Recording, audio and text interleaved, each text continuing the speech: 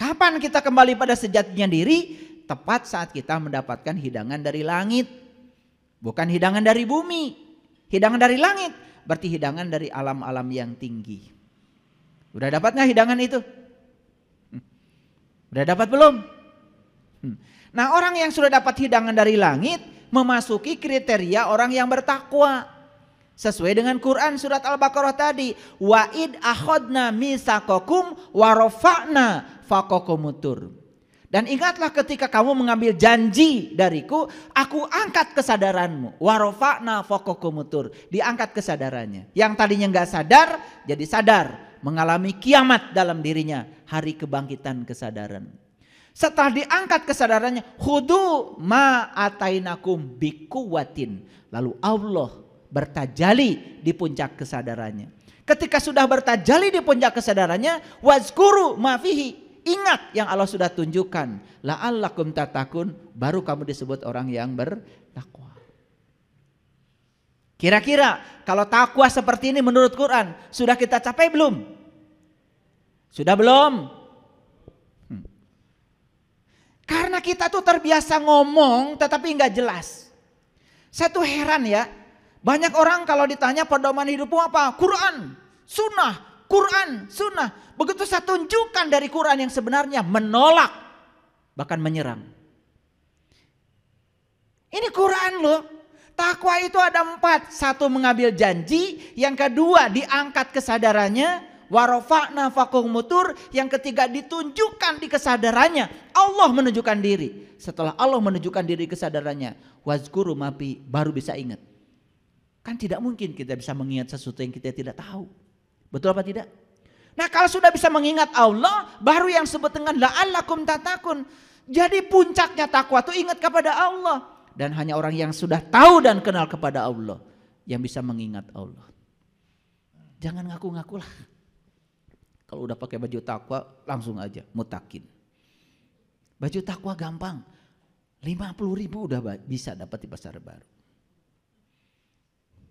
Betul apa tidak?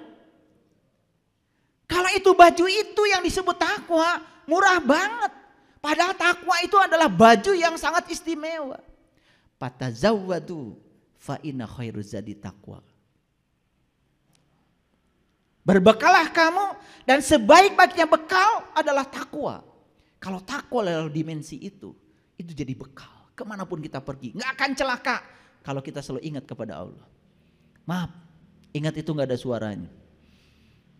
Mengingat itu bukan menyebut. Mengingat itu bukan di sini, bukan di sini.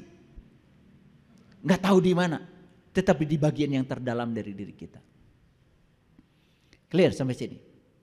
Nah, Quran itu hanya akan menjadi petunjuk bagi orang yang bertakwa. Sedangkan takwanya pun belum dicapai. Makanya tidak heran kalau Quran selama ini hanya sebatas bacaan dan pengetahuan.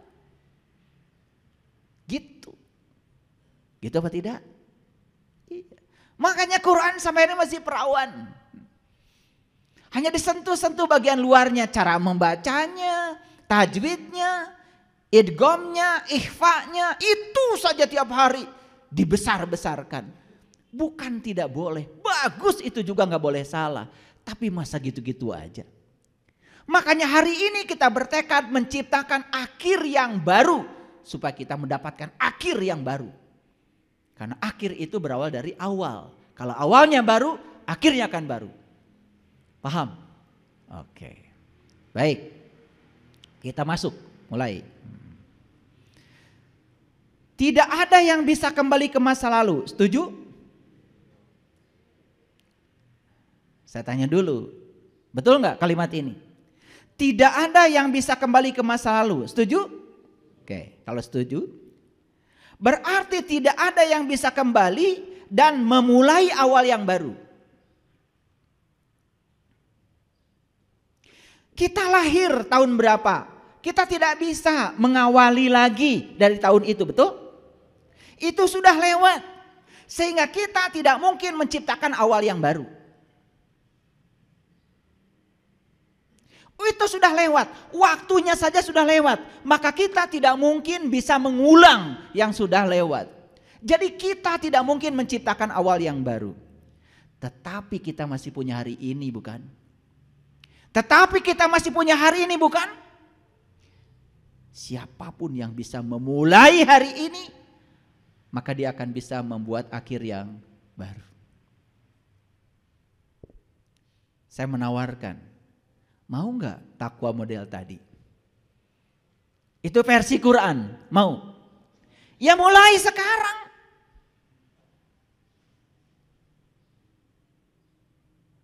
Kan selama ini kita ini cuman menyerap apa kata orang. Tiap hari Jumat selalu dengar khutbah. Ya, mari kita meningkatkan takwa dengan takwa yang sebenar-benarnya. Gitu? Habis gitu tetap aja gak ada yang berubah. Betul gak? Gak ada yang berubah. Kita yang hari ini masih kita yang kemarin. Bahkan bisa jadi kita yang hari ini lebih buruk dari kita yang kemarin. Subhanallah. Apa tidak tertarik menciptakan akhir yang baru? Akhir yang berbeda dengan akhir yang selama ini kita dapat. Apa tidak tertarik untuk itu? Saya sudah sholat 4 rakaat, hasilnya tidak ada. Cuman merasa saja saya sudah sholat, tetapi masih marah, masih jengkel, tidak ada yang berubah. Itu kan akhir yang lama. Maka kita ngulang-ngulang terus akhir yang lama, tidak tertarik menciptakan akhir yang baru. Oke, baik. Jadi hidup itu seperti garis bilangan. Kalau garis bilangan kan di sini min 100, min 90 terus 0, baru 1, 2 terus sampai plus 100. Kita tidak akan pernah bisa mengulang min 100 kalau sudah lewat. Betul? Karena kita sekarang ada di sini, mungkin saja di 0, di 1, di 2, tetapi kita masih punya hari ini untuk menciptakan akhir yang baru. Oke. Yuk kita lihat sekarang. Hari ini adalah kelanjutan dari hari kemarin, setuju? Setuju apa tidak? Kalau setuju, kalau gitu saya nanya lagi, syukur kalau setuju. Jadi hari ini kelanjutan hari kemarin, bukan? Oke. Bisa nggak kita hidup hari ini kalau nggak ada hari kemarin? Oke. Bisa nggak kita menjadi kita yang hari ini kalau tidak ada peristiwa hari kemarin? Bisa? Bisa apa tidak? Tidak. Jadi sebetulnya kita menjadi diri yang hari ini, kita hidup hari ini, jangan lupa loh, kan diantarkan oleh masa lalu. Ada nggak masa lalu yang menyakitkan? Ada. Berjasa nggak mengantarkan kita ke hari ini? Ada nggak masa lalu yang menggembirakan? Berjasa nggak mengantarkan kita hari ini? Jadi baik yang menyakitkan maupun yang menyenangkan, kan dua-duanya juga berjasa. Telah berjasa mengantarkan kita menjadi kita yang hari ini. Setuju apa tidak? Kalau gitu ada nggak di masa lalu yang buruk? Ada nggak yang buruk? Gak ada. Yang buruk itu sudut pandang kita. Karena baik dan buruk itu adalah otak kita, diri palsu kita. Kan tadi kita sudah belajar, semua yang sudah terjadi adalah kebenaran. Nerima nggak sekarang masa lalu? Nerima apa tidak? Ya sudah, terima. Gimana cara menerima masa lalu? Masa lalu tidak akan bisa diubah, tapi cara kita memandang masa lalu yang bisa diubah. Cara pandang yang diubah. Itulah pentingnya kita belajar. Belajar itu mengubah sudut pandang. Karena sudut pandang kita lah yang telah membuat kita menderita. Itu yang membuat kalian sakit. Cancer, tumor, darah tinggi, diabetes. Semua karena kita belum selesai dengan masa lalu kita. Padahal hari ini diantarkan oleh hari kemarin. Clear dulu sampai sini. Agak kencang saya bicara. Supaya ngerti. Besok adalah kelanjutan dari hari ini, setuju? Perlu nggak kita menciptakan besok? Gak perlu. Gak perlu karena besok belum tentu hidup. Besok itu masih misteri. Yang waktu punya kita sebenarnya adalah di sini saat ini sekarang. Lalu kita ini selama ini santai-santai, hari ini, hari isuk hayang halus. Padahal yang menciptakan besok kan hari ini. Yang mengantarkan besok hari ini. Pertanyaan saya, hari ini apa yang kita lakukan? Jujur ya. Kalau saya hari ini ajak kalian semua tuh, yuk kita bagikan duit kita yang di dompet itu pada orang-orang yang susah. Siap apa tidak? Tuh, siapnya cuma sedikit. Itu dia siapnya nggak? Siap. Harusnya siap tuh, siap gitu. Karena kita belum yakin. Katanya waktu kita di sini hari ini sekarang.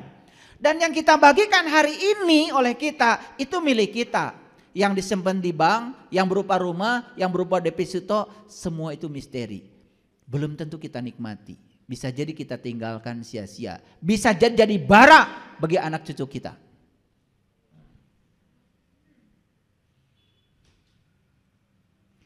Saya kemarin pulang ngantarkan paket sembako dari Subang. Kemudian ada yang ikut ke sini, ke Bandung. Di mobil ceritanya begini. Jadi beliau ini pernah menikah kepada seseorang. Yang ketiga. Selama menikah dengan orang ini, praktis sama sekali tidak pernah mendapatkan kebahagiaan. Kenapa? Sawahnya banyak, muningna loba. Itu kalau muning itu belum makan, walaupun dia reeng, pasti pergi ke hutan cari rumput. Istrinya belum makan, nggak peduli. Lebih peduli kanu muning daripada ka bojona. Pokoknya muning itu tidak boleh tidak makan. Ya memang muning tidak punya tangan kok. Oke, mohon maaf, ini cerita. Lalu beliau ini meninggal. Kan waktu meninggal ini sawahnya tidak menolong. Muningnya yang banyak tidak menolong. Betul apa tidak? Beli sendal pun katanya lebar. Hanya untuk diri sendiri saja lebar. Gitu. Nah, cara hidup yang semacam ini ditiru oleh anaknya. Jadi anak yang paling besar ini meniru bapaknya. Jadi saya cuma cerita, ya, kok ibu ini, ya itu karena saya pernah ketemu begini. Dulu nggak begitu, sekarang mohon maaf, kucel, kurus, capek katanya. Ngurus pakaian ditinggal sepuh. Naon? Sawah ngalegaan, muning ngalombaan. Ngikut orang tuanya. Jadi suatu saat saking capeknya itu ngarit, kemudian orang ini ketiduran. Dalam tidur itu bapaknya datang. Bapak yang meninggal itu. Maneh teh tong ripuh jiga urang katanya. Urang teh geus ripuh di dunya, ripuh ayeuna oge cenah. Dalam mimpinya itu. Jadi baheula urang ripuh ayeuna leuwih ripuh katanya. Nu baheula ku urang di kaulaan teh teu nulungan ka urang. Nah, saya kan pengen nanya. Itu mimpi itu dilakukan enggak? Enggak katanya. Lebar muning gitu. Jadi waduh itu luar biasa. Beunghar tapi tidak menikmati. Gitu. Ya, mau gitu? Nah itu namanya kita ini menghabiskan waktu hanya untuk mengumpulkan yang akan ditinggalkan. Padahal yang ditinggalkan itu tidak menolong sama sekali. Yang jelas yang akan menolong kita mah nu poe ayeuna kurang dibagikeun. Jujur nih, jujur. Ini wajah-wajah pelit. Terus terang nih saya, aduh, ini wajahnya kelihatan. Ya. Saya kadang-kadang nguji murid saya. Saya bilang, coba ada duit nggak di tabungan? Buat apa? Nih semen ini kurang. Gak ada ya. Nah, besoknya saya ngomong lagi. Lain cara cerinya. Biasa bohong mah akan sok pohon. Makanya kalau mau berbohong tuh syaratnya satu, harus cerdas. Ini saya kasih tahu, kalau mau jadi pembohong kelas kakap harus panjang ingatan. Kalau tukang bohong pendek ingatan bakal kapanggih isukan bohong nah. Jadi saya tanya lagi. Nih, saya bilang ini saya punya tanah. Ini tanah mahal. Hari ini saya mau lepaskan murah sekali. Pokoknya kamu nggak akan rugi deh beli tanah dari saya. Sama saya aja ya tuh. Keur semen mah kamari pedah keur batur. Cenah di tabungan nate. Nah, untuk mengujinya saya cek dulu gitu. Coba kamu transfer dulu DP-nya saya. Ya duitnya loba. Tuh. Maaf ya. Itu sifat. Dikiranya dengan begitu kalian akan selamat, tidak. Pertama sudah berbohong pada diri sendiri. Yang kedua, berkah semesta yang akan didatangkan juga tidak akan berlimpah. Enggak akan. Saya itu kalau sama murid-murid saya ngajar tuh praktek langsung. Praktek langsung. Sekarang banyak yang sudah menyadari ternyata memberi itu enak. Memberi itu membuat kita kecanduan. Dan memberi itu berkelimpahan berkah luar biasa. Jadi yang Allah bilang di Quran tuh kalau kamu ngasih 1 biji, maka aku akan tumbuhkan 7 dahan. Dan setiap dahan aku kasih 100 biji. 7 kali 100, 700. Itu kata Allah. Tapi syaratnya saat kita menumbuhkan 1 biji, jangan pengen 100 kali 7, jangan. Lepaskan saja. Makanya itu memberi, itu tidak boleh ada yang tahu. Termasuk orang yang terdekat dengan kita. Gak apa-apa. Paham sampai sini? Oke, lanjut dulu. Hari ini adalah kelanjutan dari hari kemarin, setuju? Oke, berarti apapun yang terjadi di masa lalu sudah berjasa mengantarkan kita hari ini. Setuju? Sudah selesai masa lalu. Gak ada lagi orang yang menyakiti kita, udah ingatan itu udah selesai. Dihipno hari ini oleh saya, udah selesai. Jika perlu memaafkan hari ini orang-orang yang pernah menyakiti kita. Karena mereka ternyata berjasa mengantarkan kita menjadi kita yang hari ini. Sekarang hari ini kita mau bikin apa supaya besok menjadi bagus, itu saja. Karena apa? Kita tidak akan bisa menciptakan awal yang baru. Tapi kita bisa menciptakan akhir yang baru hari ini. Clear? Nah, agak sulit nih bahasanya. Saya cari bahasa yang paling sederhana supaya ngajarnya gampang. Gitu. Baik, kita lihat. Kita semua memiliki hari ini, bukan? Memiliki hari ini? Ini harta kita yang paling berharga tuh hari ini, poe ayeuna. Berarti bisa nggak hari ini kita menciptakan akhir yang baru? Bisa? Bisa. Kapan waktunya? Hari ini.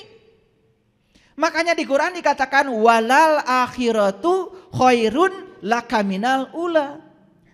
Akhir itu lebih bagus daripada awal, itu bahasanya. Awas. Ayat ini sering diterjemahkan sesungguhnya akhirat itu lebih bagus daripada dunia. Dunia di dia mah. Walal akhiratu khairul laka minal ula. Akhir lebih bagus daripada awal, gitu aja. Jangan berlebihan terjemahannya.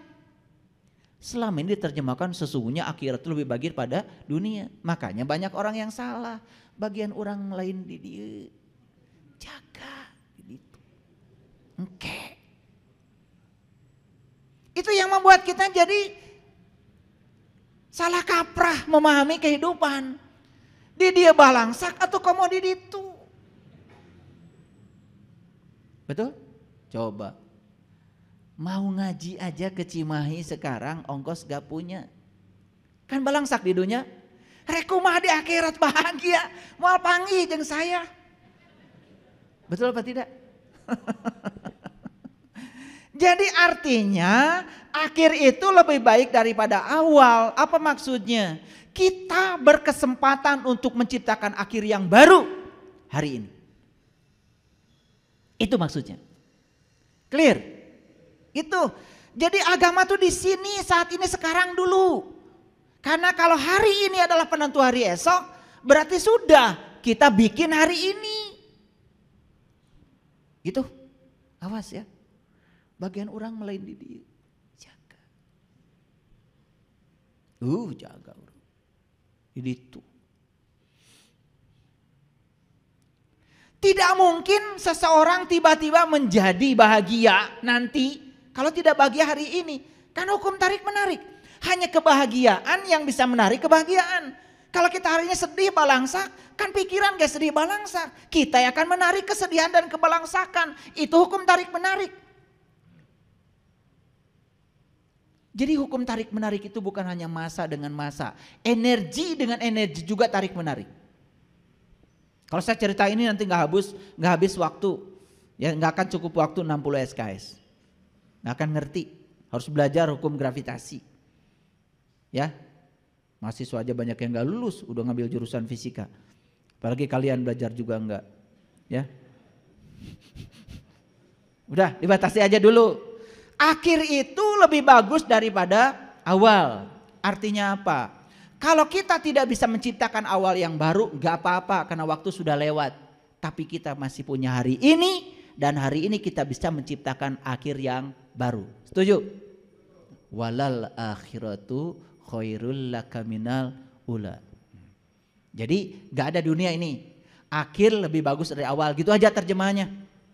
Nah kalau diterjemahkan akhirat lebih bagus dari dunia, akibatnya kita menjadi anti dunia. Padahal kita datang ke dunia ini untuk memayu hayuning bawono, mempercantik dunia yang sudah cantik ini. Bukankah kata Nabi sebaik-baiknya manusia yang berguna bagi manusia lain? Di mana berguna? Di akhirat, di dunia? Jawab yang betul. Di mana kita berguna? Di akhirat, di dunia? Nah, lamun orang berarti di dunia, insya Allah selamat di akhirat. Ari di dunia harti nama lu jaglejeg tepugu. Betul? Ilmu gak punya, nulung kanu butuh, da teu boga. Nulung kanu susah, da susah manehna oge. Betul? Nyangan kanu poekeun da manehna ge poek. Ngaudangkeun kanu sare da molor keneh. Betul? Nepa kanu poho da manehna ge can inget. Nganter kanu keung manehna ge sieun hirup sieun pae.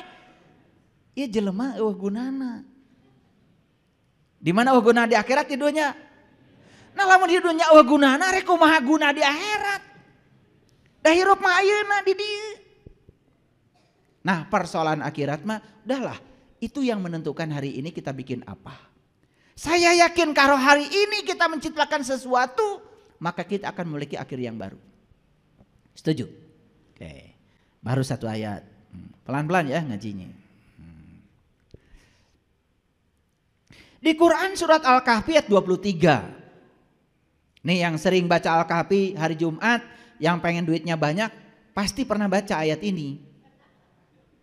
Cuman pasti juga tidak ngerti pesannya, ya. Karena yang dibaca pasti Arabnya saja, kan tetap nggak punya duit. Iya batur gawe, mana kalau kamu maca eta wae. Saya bukan anti dengan itu, bagus, cuman pesannya tidak sampai. Serap Quran surat Al-Kahfi isinya supaya kita bisa Jumatan. Jumatan itu apa? Manunggal, menyatu dengan Allah. Kalau sudah menyatu dengan Allah, bakal sagala oge brek. Berkah teh datang. Makanya jangan cari uang, cari yang punya uang. Cari uang hanya dapat uang. Kalau cari yang punya uang dapat berkah juga uang. Percaya deh sama saya. Kalau berbuat kebaikan jangan mikirkan uang. Lakukan pelayanan karena saya menjadi kepanjangan tangan Allah, menyampaikan cinta kasih Allah pada orang yang butuh pertolongan saya. Itu saja, berkah pasti datang. Tidak mungkin tidak ada hadiah. Paham? Oke, lanjutkan dulu. Janganlah sekali-kali kamu mengatakan tentang sesuatu, sesungguhnya aku akan mengerjakan ini besok. Suka nggak gitu? Suka nggak gitu? Cara rape, ayeuna isuk. Isuk, cara rape, isuk. Ternyata ada orang yang melakukan riset, semua sumber penderitaan manusia itu adalah menunda. Mau ngaji menunda, ya sudah, keburu mati. Mau bisnis menunda, ya sudah, miskin. Kesempatan sudah ada, kemudian kesempatan tidak diambil sebaik mungkin. Enggak ada lagi, kesempatan cuma datang satu kali. Di waktu emasnya harusnya belajar, nggak belajar, terus menunda. Besok. Makanya di Quran Allah mengatakan, wala taqulanna lisya'in inni fa'ilun zalika goda. Janganlah sekali-kali kamu mengatakan tentang sesuatu, sesungguhnya aku akan mengerjakan ini besok. Besok belum tentu hidup. Kalau mau mengerjakan mah ayeuna. Iraha bade maparin artos kan susah enjing. Isuk ditanya deui, iraha enjing. Itu persis seperti tulisan di angkot, hari ini bayar, besok gratis. Isukan naik deui, tanya ke supir, "Pir, ayeuna bayar, hari ini mah bayar Bu, besok gratis." Isuk naik deui, kan mayar seneng-neng, betul? Cing atuh bodoh teh. Itu pelajaran di angkot aja udah cukup bahwa besok tuh tidak ada. Betul? So. Apa pernah ada orang yang kejadian dari tulisan itu besok gratis? Tetap bayar unggal poe. Da cek supir teh, ayeuna mah kan dinten ieu Ibu. Enjing gartiso teh. Isuk naik deui. Kan dinten ieu Ibu, enjing aya enggak enjing? Teu aya. Jadi besok itu tidak ada. Makanya Allah pun sudah duluan di Quran mengatakan, janganlah kau mengatakan besok saya akan mengerjakan ini. Kalau bisa dilakukan hari ini, ayeuna.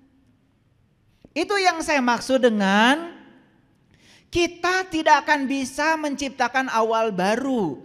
Tetapi kita punya hari ini untuk menciptakan akhir yang baru. Iraha ayeuna. Sok atuh, tong disimpan deui. Waktu itu jangan disimpan, waktu itu harus dihabiskan. Makanya kalau saya udah terjadwal. Jadi hari ini saya mau apa sudah terjadwal. Sudah terjadwal. Tadi pagi-pagi apa, bangun tidur apa, sudah ada jadwalnya. Habis bangun tidur saya apa, sudah ada jadwalnya. Habis ini saya kemana, sudah ada jadwalnya.